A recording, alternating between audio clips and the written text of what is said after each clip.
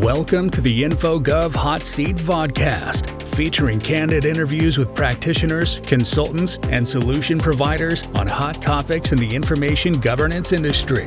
Here's your host, Jim Merrifield.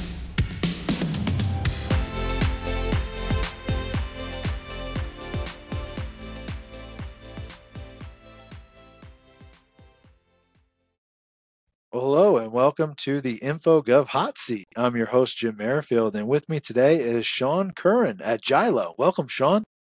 Thanks, Jim. Thanks for having me. Yeah, it's great to have you all the way from the UK, right? Thanks for taking time out of your afternoon to spend some time with our audience. So let's kick this off. Let's get to know Shawn Curran at Jylo. Can you tell us a brief introduction of yourself, your current role, and one fun fact about yourself? Cool. So, Shawn Curran, the CEO of Jylo. Jylo is an AI company. We're based out of Shoreditch in London. My background is I've worked in technology within private practice for about 20 years in a variety of different roles.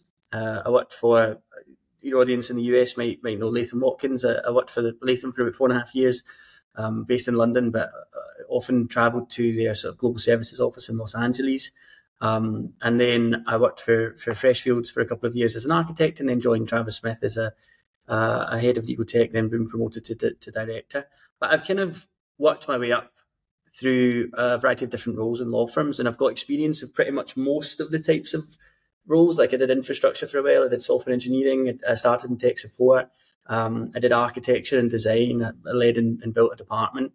And so I've kind of touched most of the areas, and then over the last year, I've kind of left private practice and now building a technology to try and sell back into private practice. And I do believe that we've got quite a lot of, because of that expertise and that experience, really kind of striking a chord with people who would have been my peers a year ago on the basis that I can empathise with the problems that they have, and we're sort of building a solution to solve for that. Yeah, that's a great background. Oh, I missed my fun fact. See, I told you I was going to ask it. Now tell us the fun fact.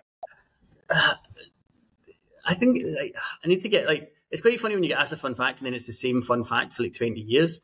And then you're like, why have I got no more fun facts that have occurred in my life than the one that happened when I was 20? But I think they're probably the one that might be most relevant, because there is some evidence of this online so people can look it up. When I was 21, I tried out for Los Angeles Galaxy, the soccer team. And I scored a goal in the tryouts, which was good. But after the tryout, I've got family in Los Angeles. And after the tryouts, we got home and the sort of news came on at 5 talking about how David Beckham had just signed for LA Galaxy. And then they cut to the tryouts and I was on TV. And it was prime time, 5 p.m. NBC News in Los Angeles. And I have got a cut of that, which is on YouTube, so people can look that up. And I think there's a video of the assist as well. So I think that's a fun fact. It's the one that I use regularly. Yeah, that's awesome. I'll have to get a clip of that, maybe integrate it with the when this recording hits live. A lot more mobile back then. But yeah, I look at the video now thinking, how could I have moved that fast? I was like running, but yeah, that's my fun fact. Oh, I love it. I love asking that question. Fun facts. It's you learn a little more about people. We're a little more interesting than being in the tech space.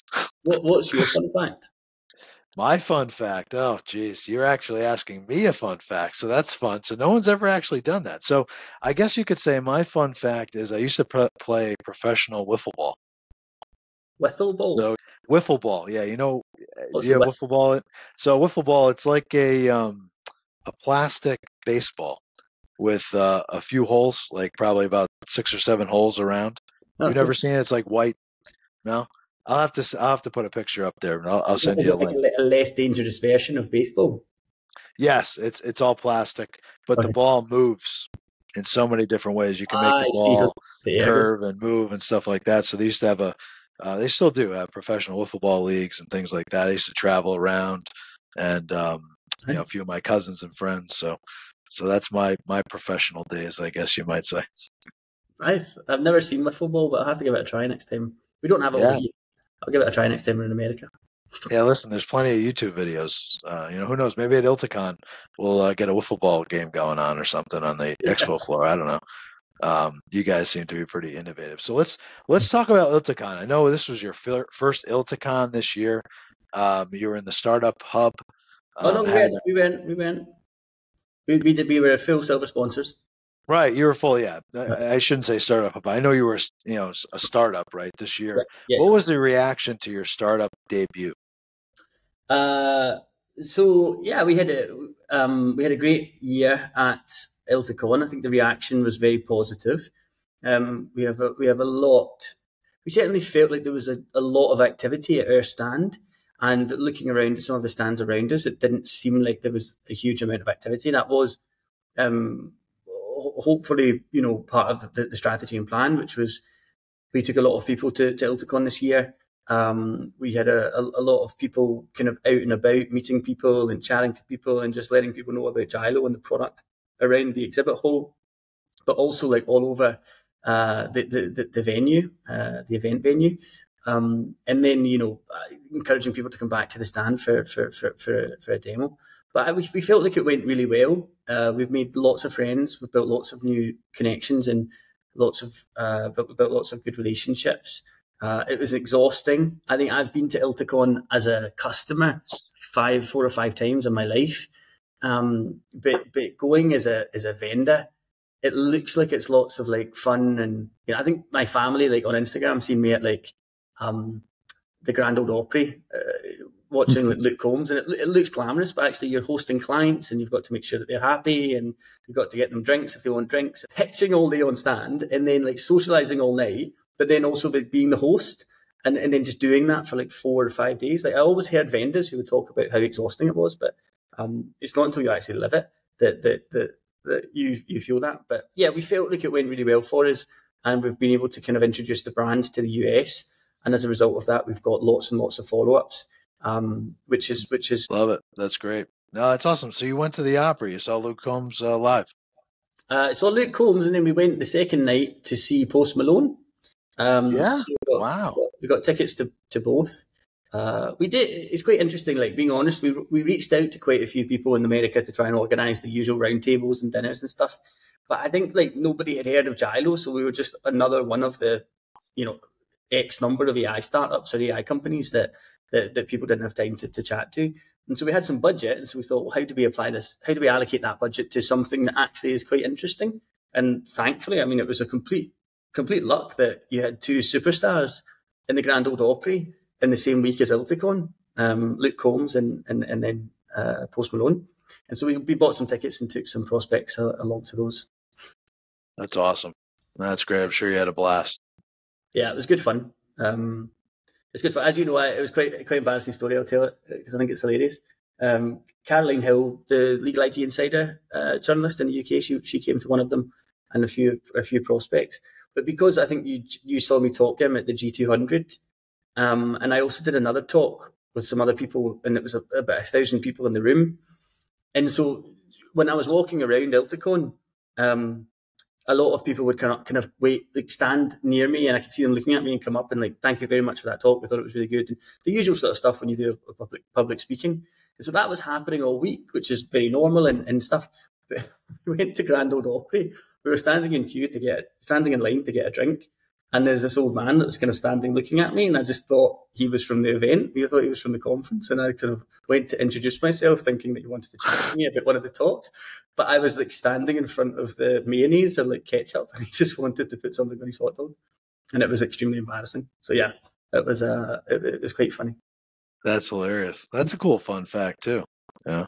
Yeah, but it's just like how to just make yourself look like a complete idiot in front of prospects. Like, oh, you waiting to chat to me? No, mate, you're just in front of the condiments for my hot dog. No, it's all good. It shows that you're human. So speaking of ILTACon, you shared some takeaways already, but what were your key takeaways from the event? What did you enjoy? Key takeaways. I think like obviously AI is just dominating everything. Every single vendor has got some form of AI play, whether you're a new company like us coming to market with an AI product, or whether you're a an existing vendor who's trying to kind of bring it into their platform and complement their existing value prop, I think that's just dominating. I think that will be the case. I think you mentioned earlier, Jim, that it's kind of like e-discovery 20 years ago, but I think that is just going to dominate now for the next 5 or 10 years. I think we noticed that quite a bit. I don't get the impression. I think people are now kind of looking for the next iteration following like chatbots. I think we kind of all dipped our toes in the water in terms of like how AI works and giving people chat and sort of inputs and outputs. But now looking at volume-based analysis, now looking at everything else, I think that's an area that is quite exciting. Obviously, that's an area we're in. And so I think there's a few other vendors as well that are doing the same thing as us, that they were in attendance. Yeah. But I think really the takeaway for me was just, it was a fantastic event for us. AI is dominating, and we're really looking forward to National Harbour next year, and sort of going again and trying to go as big as we did this year. Yeah, it'll be a great time in Gaylord National Harbour. I think there was a lot more drinking this time. Well, it is Nashville, so because of Broadway. Like, yeah, I think you pretty much down in Broadway every evening you've seen like, you know, a large percentage of the attendees of ILTACon all rushing back to get taxis at like 2 a.m. when the bar's closed. Yeah, and then getting up at 7:30 in the morning, right, to make it to the keynote. Yeah, or us like standing on the stand and having to like pitch all day. But I did the 1,000 attendee talk, and it overran by 5 minutes, and I was getting text messages because I had a meeting like that 5 minutes with like a really important person, so I had to like jump off the stand and then run back. It's just like super intense as a vendor. Oh yeah, for sure. Yeah, I was on the vendor side for a little while, practitioner side, and then back to the practitioner side, and you know, I think the days being on the vendor side, or I call them business partners, it's you can't appreciate, I think, the time that you all put into these events until you kind of live it. It's a lot. And so, you know, obviously thank you for doing that. So I know we talked about a lot, Shawn, here, about Jylo, about ILTACon, AI in general. Is there anything, I'm sure we'll have a part 2 to this discussion, but is there anything else you wanted to share with the audience? In terms of just general? Or? Anything general. I don't know. I mean, you could talk about what you're doing in the fall. I don't know. You know, you could talk about anything. Cool. Interesting. I'm actually like visiting America way more than I ever have in my life. I'm out in 2 weeks for an event, and lots and lots of work.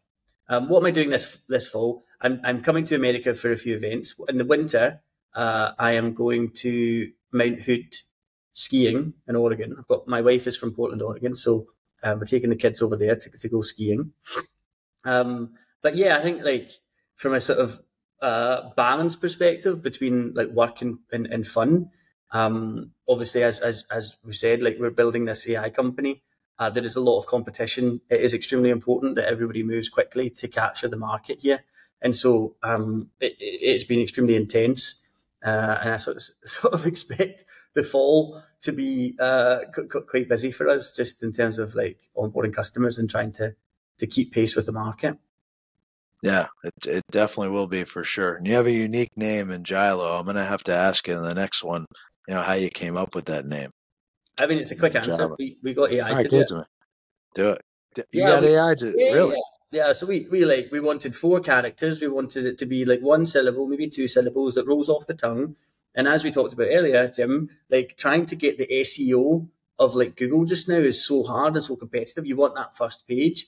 And so getting a domain that's available and getting a name that doesn't exist on, you might have like some random person who's used it before, but it won't have enough hits, so you can push them down quite quickly. And so we just wanted to kind of own that page for when people search for a name. And so we just wanted, and so I asked ChatGPT, and I had like, give me another 50, give me another 50, give me another 50. Jylo obviously wasn't built at this point because I would have asked Jylo, but we had ChatGPT.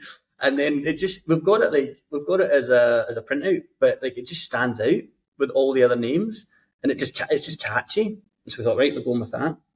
That's awesome. It is catchy. No, so you used AI to create the AI company. I love it. That's awesome. Well, listen, Shawn, thanks so much for spending some time with us on the hot seat. Allow me to ask some questions, get to know you a little better. Thank you, audience, for attending today's episode. If you'd like to be a guest on the InfoGov hot seat like Shawn here, all you need to do is submit your information through our website, InfoGov.hotseat.com, and then we'll get you on the calendar just like Shawn. And thank you so much, and enjoy the rest of your day.